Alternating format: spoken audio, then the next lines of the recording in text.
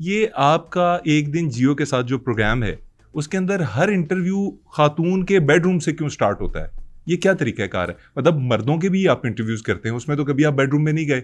ये खातून का इंटरव्यू जैसे ही होता है, पहला सीन है सुहेल वड़ाई साहब बैठे हुए हैं एक कुर्सी के ऊपर, सामने एक खातून सोई हुई हैं, कंबल उन्होंने ओढ़ा हुआ है। ये क्या चक्कर है सर? मेरे ख्याल से मोहम्मद अली ख़ान, आप किसी बाहर के मुल्क से आए हैं। हमारा चूँकि मशरक़ी मुल्क है, हम मशरक़ी लोग हैं और आपको पता है कि कैमरा अगर किसी घर में ले जाएँ, तो बाहर लॉन में उल्टे-सीधे कपड़े पड़े होते हैं, जो मेरे ख़्याल से टीवी पे दिखाना नामुनासिब है।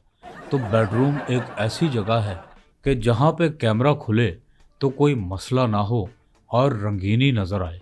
यही वजह है कि मैं अपने इंटरव्यू का आगाज़ हमेशा हीरोइन के बेडरूम से करता हूँ और इस पे मुझे एक वाक़या भी याद आ गया है। सुनाइए सर, ज़रूर सुनाइए। वो ऐसे था कि मैं एक दफ़ा किसी हीरोइन के पास बग़ैर बताए सरप्राइज़ के तौर पे उसके बेडरूम उससे इंटरव्यू लेने पहुँच गया, लेकिन वो सो रही थीं।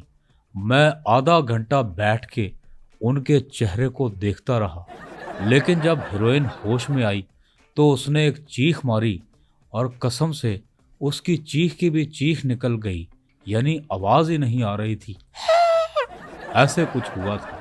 उसके बाद हीरोइन ने 15 पे कॉल की, इतने में वाइल्ड लाइफ वाले आए और आकर बिल्ली को वहाँ से ले गए। बिल्ली को ले गए? बेडरूम में तो आप थे, आप कहाँ गए? मैं बेड के नीचे छुप गया था। बाद में जब मैं बेड से निकलने की कोशिश कर रहा था, मेरा पेट बेड के नीचे फंस गया। मैं वहीं पे स्टक हो गया। स्टक मीन्स फंस जाना।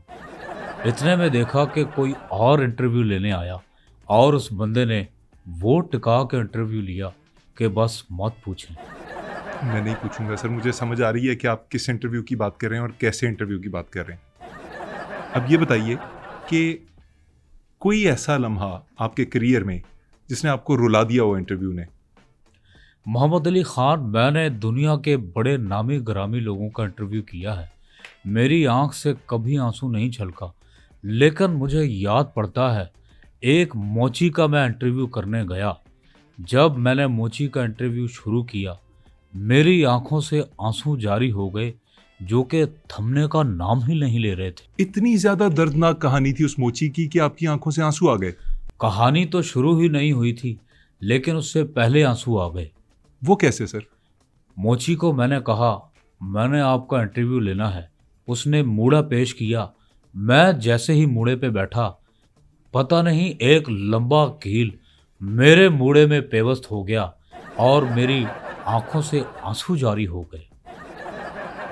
और वो मेरी जिंदगी का सबसे दर्दनाक और कर्बनाक इंटरव्यू था।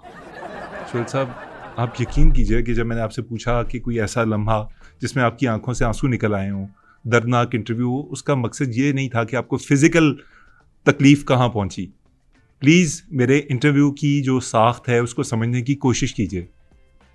मैं समझ गया हूँ मोहम्मद अली ख़ान, लेकिन इस वक्त मैं आपके मुंह में इतना खोया हूँ, आप अपना मुंह किसी शादी हाल वालों को रेंट पे क्यों नहीं दे देते? माशाल्लाह आपका इतना वसी व अरीज मुंह है। मरून कलर का कोट आपने पहना है और मफलर ज़ेबे तन किया है। छींक आती होगी तो आ के बाद छू कहने में 2 दिन तो लग जाते होंगे।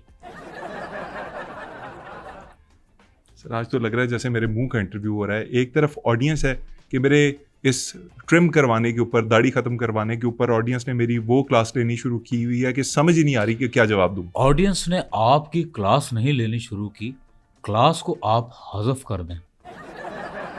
आप छोड़ें, ज़्यादा सोचें ना।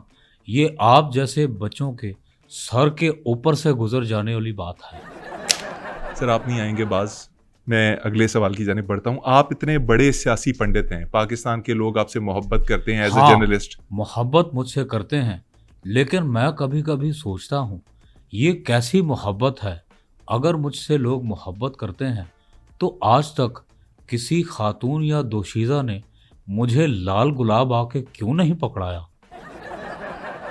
सर छोड़ें, ये मेरा मसला नहीं है कि आपको फूल किसी खातून ने दिया नहीं दिया, ना ही ये अवाम का मसला है। अवाम आपसे ये जानना चाहती है बतौर सियासी पंडित कि पाकिस्तान का सबसे बड़ा सियासी घराना कौन सा है आपकी नज़र में?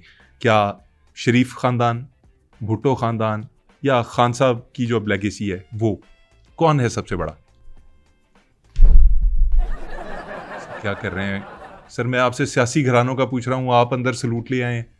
मोहम्मद अली खान साहब, ये सवाल करके आप अपनी आखिरत और मेरी दुनिया बर्बाद करना चाहते हैं। अरे सर, मैंने एक सिंपल सा सवाल पूछा है सियासी किस्म का, आप उसका जवाब दे दी। आप अंदर सलूट मार रहे।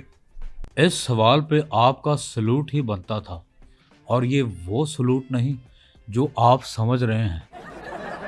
सर आप बड़े शरारती हैं, आपने बातों बातों में एक ऐसी बात कह दी है जो लोग समझ गए होंगे। आपके ऊपर एक इल्ज़ाम लगता है और वो मैं आपसे जानना चाहूँगा कि उसके ऊपर आपकी क्या आ रहा है।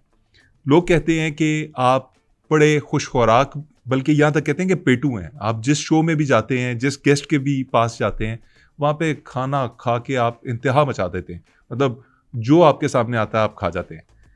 क्या ये बात दुरुस्त है? आप ज़्यादा खाना खाते हैं? आपने बहुत बड़े मुंह के साथ बहुत ही छोटा सवाल किया है। ये मेरे ख्याल से मेरे बारे में गलत नज़रिया है लोगों का। एक परसेप्शन बना हुआ है कि सुहेल वड़ाइच बहुत ज़्यादा खाता है, हालांकि ऐसा कुछ नहीं। मैं बस कैमरे की मजबूरी को देख के उसमें रंगीनी डालने के तौर पे 10-12 रोटियां दिखावे की खा जाता हूँ, वरना मेरी खुराक इतनी नहीं। हालांकि मैं तो कहवे पे गुजारा करने वाला आदमी हूँ, 10-12 रोटियां सिर्फ दिखावे के लिए? ताकि शो में रंगीनी पैदा हो। रंगीनी पैदा हो? अब मैं रोटियों को डांस तो कराने से रहा। मैं नोट कर रहा हूं कि जब मैं हंसता हूं आप नहीं हंसते। आपका मुंह सीमेंट की तरह बना हुआ होता है। जिंदगी एक बार मिलती है और इसे हम एक बार ही जीते हैं। हंस लिया करो। सुहेल साहब, पहाड़ जैसा करियर, इतनी शोहरत के समेटे नहीं सिमटती। अल्हम्दुलिल्लाह। जिंदगी में कुछ मिसिंग लगता है आपको? मैंने जितना नाम कमा लिया है, जितना कुछ हासिल कर लिया है, लेकिन हूँ तो आखिर इंसान ही, और इंसान बड़ा कमज़ोर है। कुछ ना कुछ ज़िंदगी में कमी रह जाती है। यही कोई जैसे कि 3-4 अरब रुपया। सर आप इतने बड़े आदमी हैं, आपको पैसे की कमी फील होती है बस? हाँ, तो पैसे की ही कमी है, वरना क्या वो कमी होगी कि जैसे डायरिया के बैक्टीरिया ने जाते हुए मुझे सलाम नहीं किया।